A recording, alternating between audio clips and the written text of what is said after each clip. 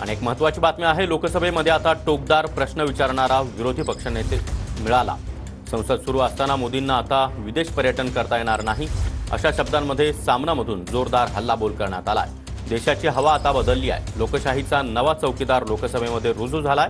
सामनामधून राहुल गांधी यांचं कौतुक करण्यात आलंय, तर पंतप्रधान मोदी यांच्यावर जोरदार निशाणा साधण्यात आलाय। तर सामनामध्ये नेमकं काय म्हटलंय, हा चौकीदार चोर नाही, मोदींवर सूड। लोकसभेमध्ये आता टोकदार प्रश्न विचारणारा विरोधी पक्षनेता मिळाला आहे। संसदेमध्ये मोदीचे फालतू नारे देखील बंद होतील। संसद सुरू असताना मोदींना आता विदेश पर्यटन करता येणार नाही, कारण त्यांचा कर्दनकाळ राहुल गांधी त्यावेळी संसदेत असेल।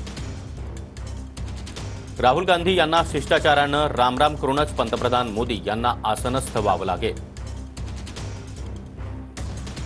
देशाची हवा बदलली आहे, लोकशाहीचा नवा चौकीदार लोकसभेमध्ये रुजू झालाय। राहुल गांधी यांचं अभिनंदन।